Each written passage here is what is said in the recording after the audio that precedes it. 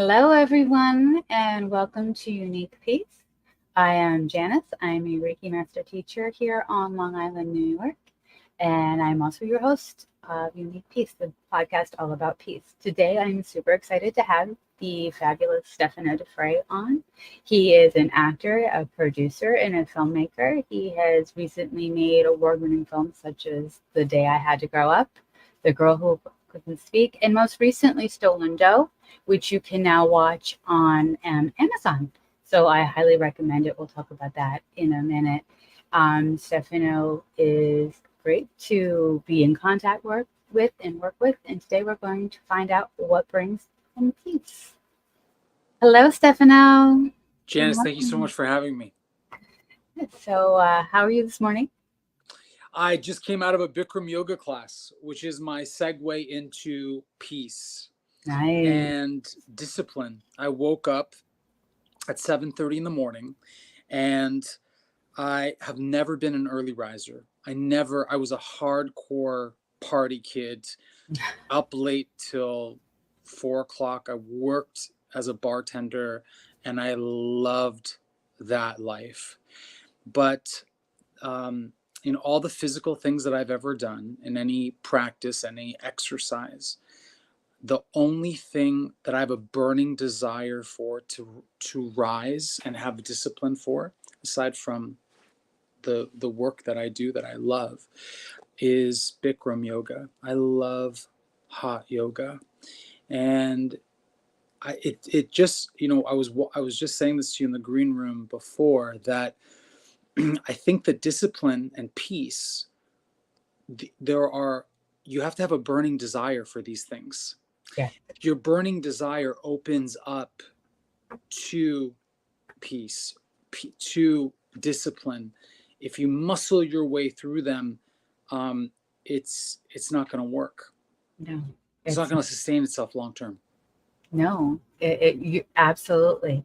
So you kind of touched a little bit on how you started your practice, and so kind of walk us through, because you are a filmmaker and you've made some great films, award-winning films, and you recently released Stolen Dough here in the States Yeah, on Amazon and apparently Apple TV as well. I didn't know about that, so yeah. you guys check it out there. um, Kind of walk us through how you started. How did you get to where you are? Career wise, Yeah, career-wise. career wise.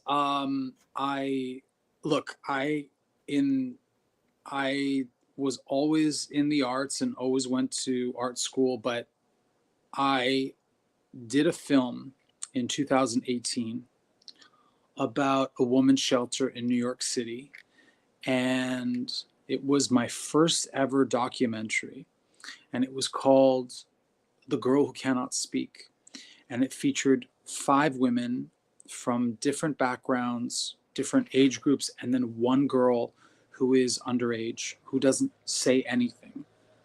And it's about sexual abuse. And this was concurrent with the Me Too movement, and NBC had bought this little film, licensed, actually is the right correct term, licensed this little film that I had done and directed, and gave me kind of a touch, like a bunch of press for Meet the Press, and I was on Andrea Mitchell's show, and I was on the American Film Institute and AFI, and that's sort of the time that I was taken more seriously as a filmmaker. There was a real kind of glow to that, and that was 6 years ago in my life. It was the first time that I had ever done press or national press for a baby film that I had done, and I learned a lot about that. I learned a lot about packaging. I learned a lot about content, making films that I like to do, but also how to dress them up. Um, Stolen Dough could have never been made if it wasn't financed by the Russo brothers. And the Russo brothers were huge. I got a grant from Agbo, which is like, they make Marvel movies. So I think I think that being an independent filmmaker, I've never wanted to be an independent filmmaker. I've always wanted to work for a studio, and and uh, and that's my my path. And I think that it's um, you know it's not for everybody, because there's so many different conceptual problems and things that you have to conceive. So your integrity matters very much. Your peace matters very much. How you have integrity in uh, decision making situations where people may not have the same integrity is so fundamentally important. And I I believe that in that integrity is the glow, right? It's what keeps people attracted to the quality of what you're doing. And Stolen Dough is a great movie. It's I love the film. I think it's the best film I've done, and it's my first feature film. Oh, that's wonderful. Yeah. Congratulations. Yeah, and just for your audience, Congratulations. just to know a little bit, it's about pizza. It's a David and Goliath story about an inventor who has a patent and invents stuffed crust pizza and shops it around to various different pizza chains, and then gets into a negotiation with Pizza Hut. But he's a young boy when he negotiates this deal. He doesn't have an NDA or have someone to guide him. Right. And 7 months later, the worst nightmare happens. They launch. They say, we're not interested in your product. We're not interested in licensing this idea. It sounds too fantastical. And then the worst nightmare happens. 7 months later, someone calls him up and says, "Congratulations! I just heard that Pizza Hut is doing stuffed crust pizza. That's amazing." And he's like, "What are you talking about?" He's like, "Yeah, that's your idea. That's your patent." And and that's the story of Stolen Dough. It was a totally true story, and we use real footage from the legal deposition, which is amazing and awkward and dramatic to watch. It was a Wow. $1 billion lawsuit. I did not know that. Yeah, So, yeah, that's a lot to take in, and to walk someone, to create somebody's story or recreate somebody's story of what they went through. And it's kind of like there's a documentary called not Pizza, Pepsi, Where's My Jet? It's kind of along exactly. those same lines, only it's in a documentary movie form, which is very cool. So You know, congratulations on that.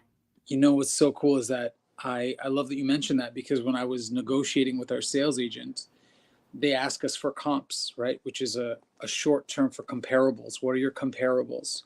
What are your sales comparables? And Pepsi Was My Jet was always my sales comp. And I always say that Stolen Dough is like Pepsi Where's My Jet, except we get there a lot quicker. And we don't belabor the audience. It's a nice. It's just about it's a feature, but it's a shorter length feature for the Gen Zers that are watching, or anybody. So it's not a 3 hour 3-part series. We get straight to the case right Nice, away. nice, awesome. So we do hope people check it out, because now there's a couple of options to watch it. So Yeah, that's great. Congratulations. thank you. And throughout that process, and like you had mentioned, maintaining integrity. How does maintaining integrity help you when you define peace personally for yourself?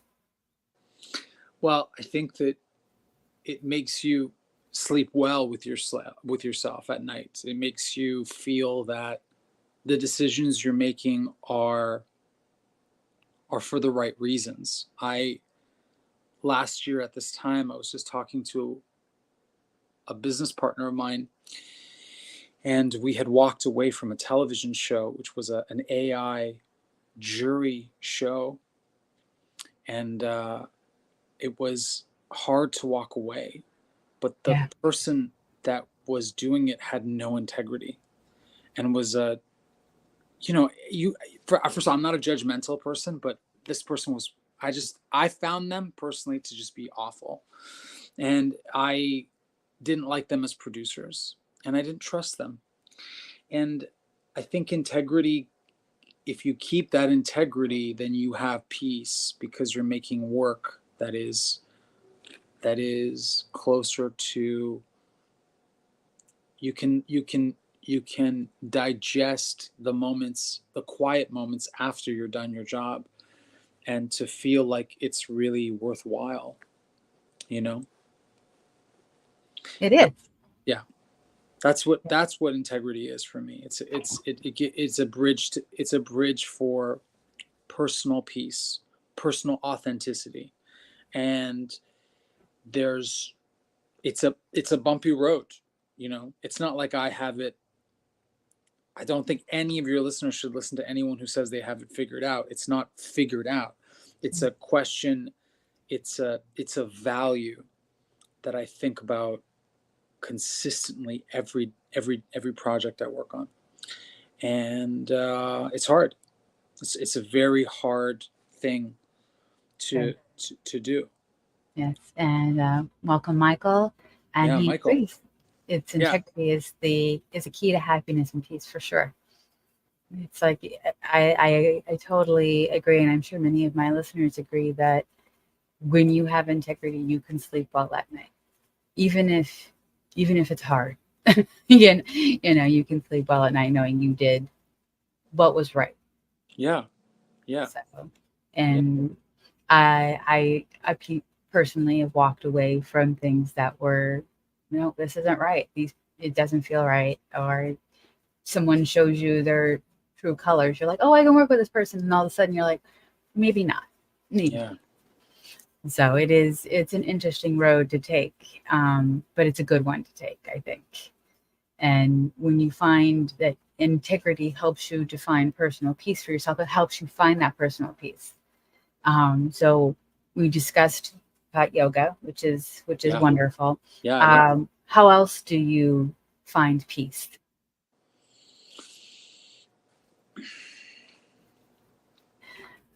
Well, before I was married, I would have said going to the MoMA, because I was an artist member. I still am an artist member, but I would go to galleries. I'm not a good painter by any stretch of the imagination, but I love conceptual design. I love modern design. I love lighting and lenses and production design, and the thematic aspects of filmmaking. And I would be inspired often with a script, or take a project or an idea, and I would just walk around the gallery, mostly the permanent collection at the MoMA. I was just there like 2 weeks ago, and I always go to like the fourth and fifth floor, and it's like, 4 Van Goghs, 2 Yves Kleins, there's like 3 Pollocks, there's 4 Rothkos. Yeah, I mean, the permanent collection is incredible, and you get inspired by other artists' work and their ability to translate their work and to speak to you in their own communication. And that inspires me a lot. I look at a lot of people's work. I actually look at a lot of painters more than I do watch, obviously, a lot of filmmakers. I love David Fincher, and I love Pablo Neruda. Not Pablo Neruda, the guy who did the Pablo Neruda movie, and he did Emma as well. Oh man, it's gonna kill me. He's Pablo Larraín. He's a Chilean filmmaker, so like very obscure. But there's a lot of people that I love. I love Scorsese, and I love Iñárritu, and I love fucking Ridley Scott. But I look at filmmakers' work. I like looking at how things are made, and And I also, honestly, to zen out from artwork. This is going to sound really weird to listeners. I actually follow a lot of Wall Street information. I watch CNBC every day. I try to watch CNBC, maybe, an hour of CNBC every day. And it's for your listeners who don't know, it's the business channel offshoot of NBC. And it's great. It's great because I think a lot of artists don't learn or are not taught that it's valuable to be financially literate. And financial literacy is a thing, I think, as I'm getting older, to become more passionate about, in terms of education and programs, and working with people that have no financial literacy, and there's a barrier to that language. And so I think there's a thing that I find comforting about, more than the news, right? The news, who's going to watch? It's just it's a crack show. It's a comedy show, and a nightmare at the same time. Yeah. But what's nice about financial news is that there are Republicans and Democrats who want to make money, and there are people who are investors who are as passionate about solar panels and wind as they are in oil. And you are aware, I think 6 months, I would say, in advance of changes in the world. NVIDIA, the Blackwell chip, what is AI going to mean? What will AI do to color correction and different aspects of filmmaking? What are we on right now on YouTube? What's the value? Why is Disney stock at a 5-year low? Why do actors not understand that the streamers don't make any money? This is so fundamental to the business that I'm in. Actors don't understand that they have tons of revenue, but Disney and everybody else followed Netflix's model when they were not profitable. They ended up buying up other assets and going straight to streaming and direct to consumer. But this was not a profitable model, because Netflix essentially kind of front loaded and lied, hustled Wall Street. And so everybody else followed suit. And so that's why, the disintegration of media landscapes is happening before our very eyes. Paramount mixed in with CBS and Viacom, and the winner actually is this platform you're on right now. Nobody knows what YouTube is worth. If in the streaming wars, YouTube is probably going to be one day more valuable than the entire corporation of Disney. It's watched more hours. And so the trying to get people who are artistically minded to understand how to get their material on certain platforms and how to sell themselves on certain things. I think that's the part of me that is like not an independent kind of filmmaker, is like the part of me who is, is sort of, I like to hold a lot of ideas at the same time, and I can sort of see the corporate side and what the risk is. There's always risk. Everybody's got risk. No one thinks they're underpaid. Everyone thinks that they're getting the bad end of the deal. There's a lot of risk, and infrastructure of doing this broadcast and managing content on YouTube is a tremendous hassle and a huge job, and not losing that this company, Alphabet, obviously, that owns YouTube and owns Google, doesn't lose to Sam Altman and OpenAI. They're fighting basically for their life. If they lose search, this model for YouTube is not going to exist. So they have to get generative AI and right for their business model to sustain all the other businesses. For the same way, if you look at Amazon Web Services, the web services of Amazon sustain the business of retail. The retail business is a nothing business. The margins are 3%. You would never believe that they barely make profit on it. Yes, they make a lot of revenue, but they don't make a lot of profit. Their profit machine is the cloud, AWS, Amazon Web Services. So having artists, just to summarize, Yeah. Go understand the landscape that they're in. It's not enough to just be an artist, to be making art. You're not just going to be discovered, or you have to understand what's going on in the world. And I find therapeutically when I watch CNBC, you only need to do an hour a day. You only need to do an hour a day. And just to find out, just listen. At first, you're not going to understand everything. It's like French, a lot of words, a lot of terms, but you'll pick it up eventually. And it's meant for a colloquial audience, and that's a good thing for artists to learn about, and how to set up their retirement too. Right. And so you take all of that knowledge and you take your inspiration from MoMA and from watching other filmmakers. Now, do you find that when you're making something, because your films are the humanitarian lens, Sure. they take a true, this is what people are going through, this is what's happened to people aspect, and made it very, not always palpable, but understandable. Mm-hmm. Um, do you find, how do you find peace in making those kinds of films, taking and drawing on inspiration from everywhere else? I think that I think that those films, I think that the reasons that I choose the content for those films and I make them humanistic, and I'm not afraid to make them intimate, even awkwardly in some moments intimate, um, is is I'm looking.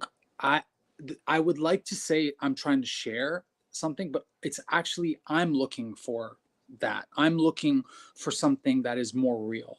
I think if I was 10 years younger, I would have probably said something generic like it's just what I'm sharing with the audience or whatever. But the truth is, I'm making those movies because I'm trying to peer through the veil of trying to look for real things. I'll give you another example of a film that's not even out yet. I did a film, a feature film, my second feature, that is about a Japanese soldier, a young Japanese soldier, and a Korean comfort woman who was a sex worker, and the fact that Korean comfort women were treated terribly and brutally raped, and yet this was a true story of the two of them, and their relationship is a bond, but it's not. They're not equals. For me, I like nuclear bomb type issues. I like ideas that are not one sided. I'm really interested in the fact that human beings, I believe, my worldview is that human beings are very messy. They're very inconsistent. They're very messy. They're imperfect, and they are contradictory. And that's not a bad thing at all. But I am fascinated to distill that in the work that I do. Um, when it comes to Stolen Dough and a pizza movie, it's very, I have the person whose life is being carried on film who thinks everything in their life that happened to them is important, which you have to straddle a line and say, it's not you're not, it's you have to find what is universal in some people's stories, and sort of not indulge too much in the because I did it, or because there's got to be. And so the only way I do that is because there's two sides to a story. I love three sides to a story as well. I Yeah. really I love that. I love the imperfections of people. I think that's very good, clear filmmaking, and it's that weight is good enough for people because they're like that in their own lives anyway. I mean, they're really like that. Yeah. There's the old adage, there's your side, their side, and the truth, Mm-hmm. somewhere in the middle. Yeah. Um, so, and Now, the movie you were just speaking of regarding the I know what time period that was around in Second the World War. story of, yeah, the Korean comfort women and that whole background that had to be difficult. Yeah, And so when you take a story like that, or the girl who cannot speak, and you're telling those kind of stories in that kind of documentary, how do you help others find peace, or what is the goal in helping others find peace? Because those are tragic. As a survivor yeah, myself, and knowing the history of what happened in World War II, and even kind of in the Vietnam War too. They don't really mention that, but it did happen then. absolutely. Kind of like your goal is to tell this beautiful story and help others, but how do you kind of like find the peace to help others find peace? Okay, okay.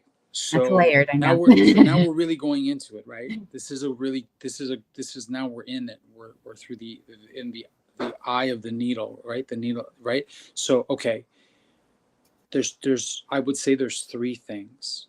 There's the chargedness of abuse, trauma, rape. That's charged. Okay, that's not enough.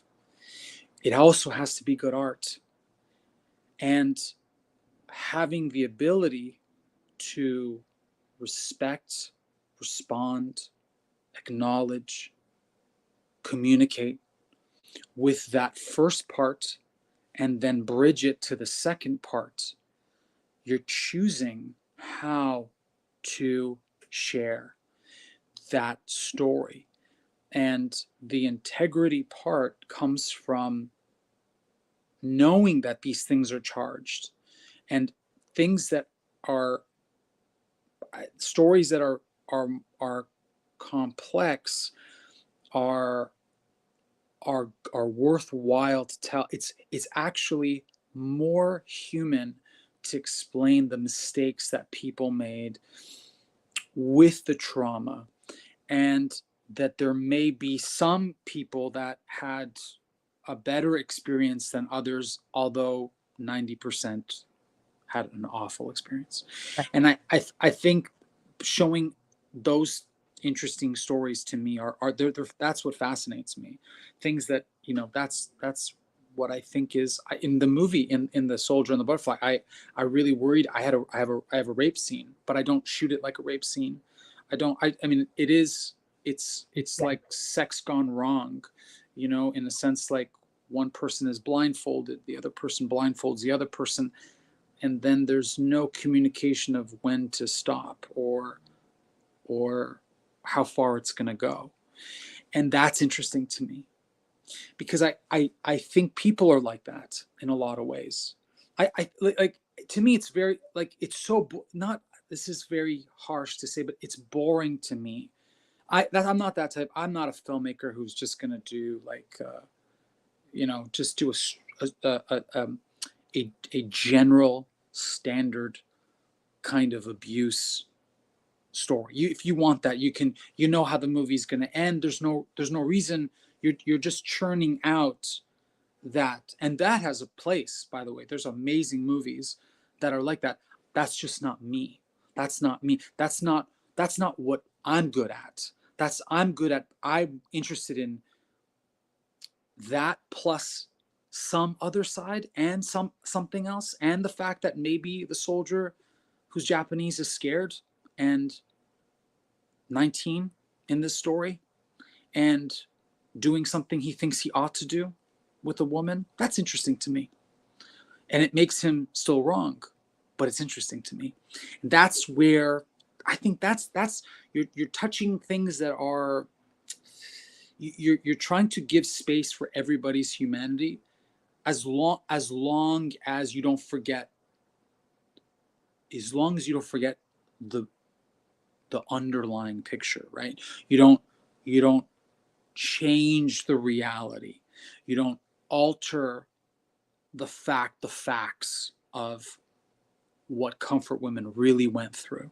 So I mean, and that's a skill. That's just fucking skill. That's integrity, right? You have to trust yourself to know that you can share a story and also keep the overall integrity and share that at the same time, and that people will understand. They will see that, because there's lots of people, there's a lot of players on the chessboard, and they all move in different ways. And yeah, yeah, I if I was doing a film about Gaza and the Israeli war, I would love to do that. I'd love to. I could see two sides right away. Right away. And I could see the ultimate devastation, obviously, of the Palestinians. And I'm I can really, I like that. To me, it's some people, by the way, are filmmakers, artists. They're very uncomfortable. They're just not built in that kind of way. And what is harder is they're afraid to think thoughts that are that have two sides, because they don't want to be seen as being unsympathetic. And I just don't buy that. I don't believe in that. That's not my philosophy. I don't think that's not integrity to me. Beautiful. So aside from filmmaking, which is very much important in your life, how do you help bring peace to those in your life? Well, the first thing that comes to mind is the hardest task that we have in this media landscape, which is to listen. Listening is the greatest gift, to be an active listener. There's a lot of material, a lot of books, a lot of studies and research, if you really are interested in the active form of being an active listener. It is a great gift to give someone your attention and your focus silently, and then to respond. That's how you bring peace to people. And I think that's part of my upbringing, and a contrast to things that I've seen in my life and people I've known, and how many people I know that need someone to listen to, and that everybody needs that. And that's, it goes as deep as you can go, right? We stop listening to the point where it's just too fucking much. It's just too much of a burden to listen. So we don't know where to place all that thing that we're taking in when we're listening. So getting clear with yourself before you're about to listen is so fundamental. So fundamental. And anybody who is really in a healthy relationship, or I'm recently married, as of April 2023. It's a big fundamental part to a relationship, staying together, and working through all the different layers of being married, and just different lives into one life, or what the idea of, and every relationship is different, because it's an agreement. You're signing over an agreement to each other. You're committing an agreement that is not based, doesn't have to be based on what anyone else has done. It's for you guys. And yeah, I'm listening is a good task for a husband. It's a very good task for many, because the art of active listening is very hard. You have to listen to respond, not react. And people don't realize there is a difference. When you're actively listening, and this is from personal experience and taking classes on it, you're listening to try and understand and assess what the person is saying to you, and not responding in a defensive manner. It's like, okay, it's like we have, like you said, we have this problem, or you want to fully understand what she's saying. By the same token, you want her to fully understand what you're saying. but nobody, if you interrupt or interject, you're not really listening to understand. You're listening to respond or Yeah. be defensive. So it brings a lot of peace when you feel listened to, acknowledged, heard. And like you said, it does solve a lot of problems too. It's like, and you don't have to agree. That's the beauty of it, is I hear you, I understand what you're saying, I still don't agree, and you have to work from there. But at least you don't interrupt and try and make your point heard all the time. I think that's right. It's a hard thing for people um, to stay to have to acknowledge not convincing the other person, right? Like, there are certain things politically my wife and I disagree about. And not so much about political parties, but I would say some things that have to do with censorship or free speech. And that's interesting. I like her perspective. She has something else. That's why I married her. She has another way. Sometimes I think that there's a lot more underneath that. But there's also something to receive. There's something sweet, and there's something also that maybe is less charged by just not getting worked up over certain things. And I think that's a good quality in any couple that listens to each other, and friends too. You accept your friends. I've had friends I'm about to see my best friend that I've been friends with for Daniel McSherry was the best man to my wedding, and I'm gonna see him on my birthday in August. And wow, you know each other's flaws, and it's wild. I mean, it's just wild to see your friends that you've been friends with, to see their flaws, and you just love them. And sometimes you can help them self-direct, but ultimately they're going to go down their path, and you're just there if they want Yeah. if they want some advice. I'm kind of at that point with my son. He's a teenager, and we're getting very close to the point of where you have to fly. It works that way with very close friendships and in parenthood, which is a lot more challenging. At least with friends, you're like, I'm going to hang up now. I love you. Call me when you're calmer. Yeah. And my last question is always, what's in your toolbox? So, like, you're on set. They're very chaotic or very heated, and lots of personalities at any given time. How do you kind of what's your go-to to calm the situation down? How do you bring everybody to a center when you're in a moment where it's just, we all have the same goal? Shh, let's get on the same page. It's a very good question, and I have three answers. One is more of the communicative thing, and then the other two are practical. Actually, I have three answers, and these are four answers. They're all truthful. Obviously, all truthful answers. This whole conversation has been truthful, but they sound ridiculous. But they're that's the preface of them.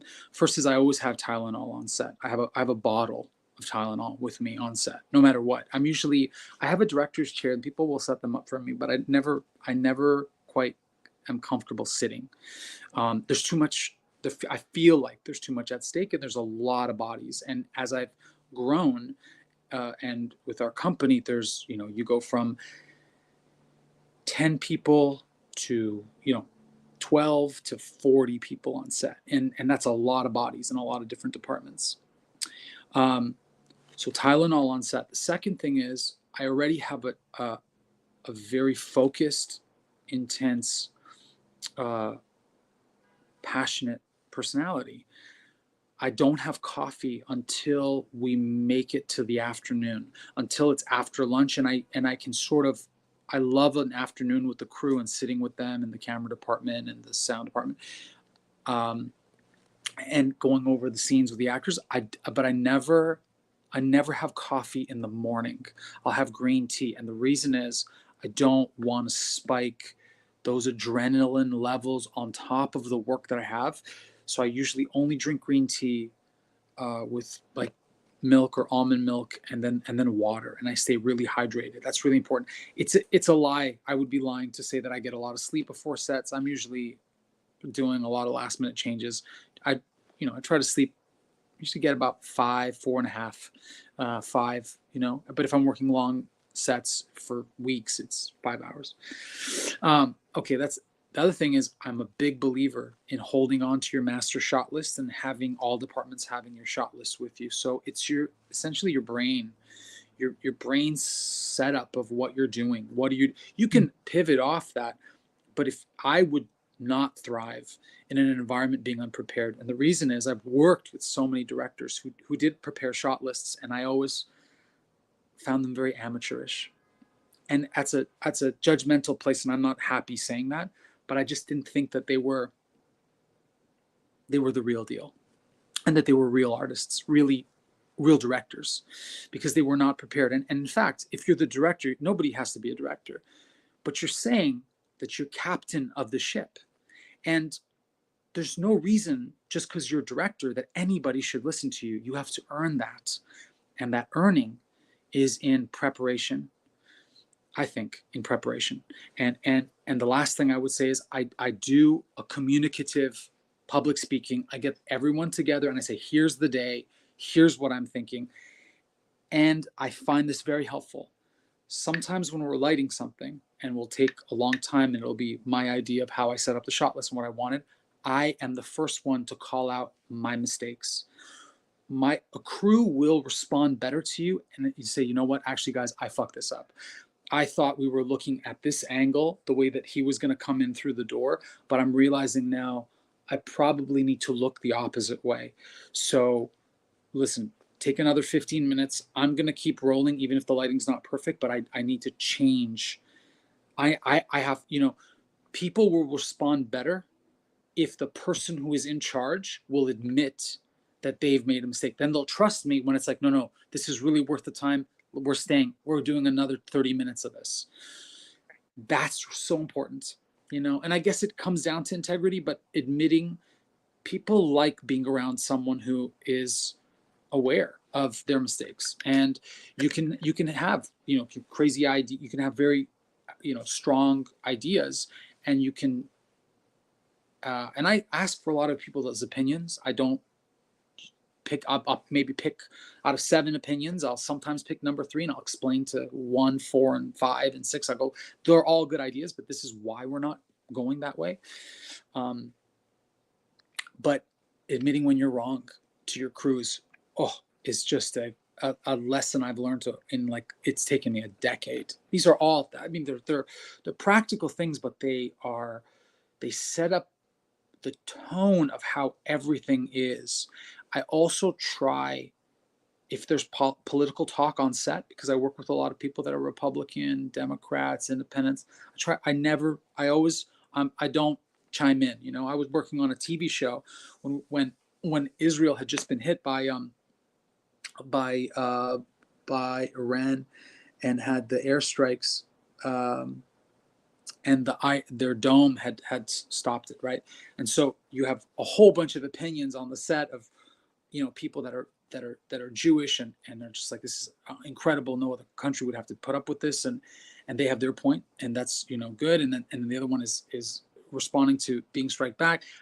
That's the one rule I sort of have in terms of dialogue. I really keep away from political talk. I would much, dirty jokes, fucking whatever. You can even swear.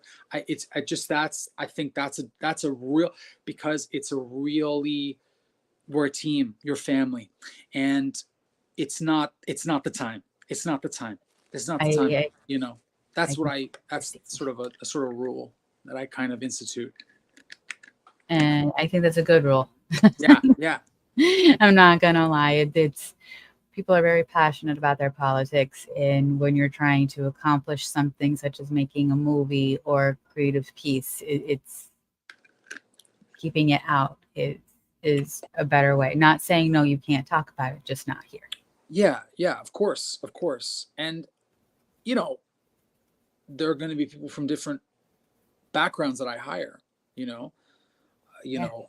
My AC on my second camera is from Hong Kong. I've got someone in the cam who's my camera operator, grew up in Cameroon. And so everyone is different and has a different perspective. And so in the same way, this is what is, you can say as an artist that you like lots of people's different points of view, but it's hard work in your own life. Yeah. When you're around all these individuals that are part of your team, to institute that and allow those separate, all those points of view. Okay, let's flush them out.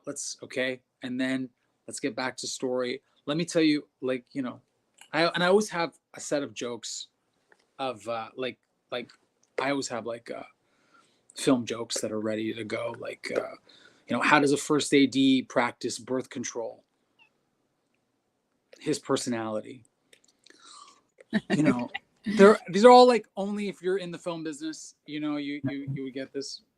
What are the only 2 entry-level jobs on a film set? PA and director. What else? Why don't DPs smoke on set?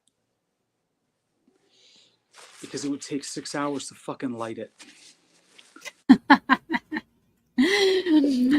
And a shout These out. are my dad jokes in my older age that are just coming out, and that's what I'm like after lunch. And that sort of is like the way I like to keep a set together, And shout out to Michael. Peace, no politics. Yeah. So Michael, he's a sweetheart. Michael's such an amazing human being, by the way. Yes, he is. He's such a sweet soul and such a good, generous, spiritual human being. And I was so lucky to have him on Stolen Dough. He did such a great job in that movie, and he looks so good, so well lit. I lit him so nicely in a mansion. And he has been a real, actually before when I just was working with friends for designers that I just knew, 6 years ago, the poster of The Girl Who Cannot Speak was designed by Michael. Yep. And, that's how you start off. You don't know anything and you're starting off with your friends. And that's an iconic poster for me. And it's one of the films that is closest to my heart. So I always think of Michael as just one of the best, just a genuine soul. Very genuine soul. Now, are there any additional thoughts on peace that you would like to share with the audience? The one thing I would say is I believe that we're creative beings, and I don't think that this is said enough, but making art brings peace, and making art makes you happy. And it doesn't mean anyone has to see it, but there's a book that I'm reading. Actually, I saw it at the MoMA, and I got this book, and I would recommend it. I highly recommend it. That I'm reading right now, and I really cycle through one book at a time. I'm not a multiple book reader. I understand. I'm that way too. Yeah, I was reading the Stoics, Marcus Aurelius, because I follow Ryan Holiday and his daily Stoic newsletter. So I was reading Marcus Aurelius's Meditations, which is his diary. And so I'm out of that Stoic is out. Like I still have it with me. I carry it with me. But this is the book that I would highly recommend. How art can make you happy. I love that title. It's a great book. It's a short read, and I believe in it a lot. And another book that was fundamental to my teenage years, fundamental also about art. It's by David Lynch. You don't have to like him as a director. You don't have to love Twin Peaks or Mulholland Drive. There's again, small book called Catching the Big Fish. And it's essentially about ideas, and that shallow ideas, poor ideas, they're on the surface, but the great ideas are deep inside. And so and they're abstract. And catching good art comes from abstract ideas. That's all. That's the two books that I would say. And that's that they bring me peace. So for people, making art brings peace. And on that same note, I don't know if you're familiar with Julia Cameron's The Artist's Way.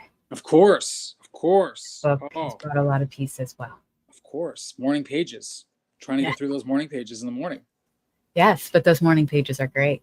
Yes. That is a old school reference. I love that. That's the first. I mean, that's like the hit, right? Like that's like, for me, that was the first sort of creative workbook ever. That's like, someone seeing Wayne Dyer on PBS.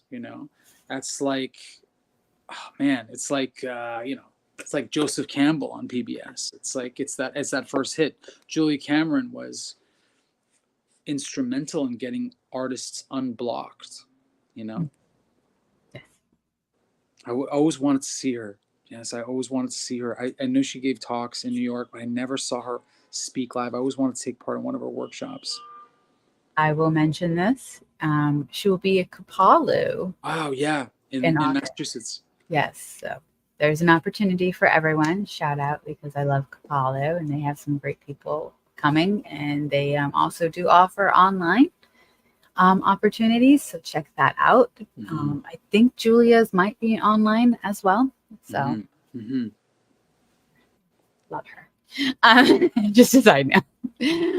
So I would love to thank you, Stefano, for being part of Unique Piece this morning, and encourage everyone to watch Stolen Dough on Amazon or Apple TV, plus your other two, because they are very well written and well directed as well.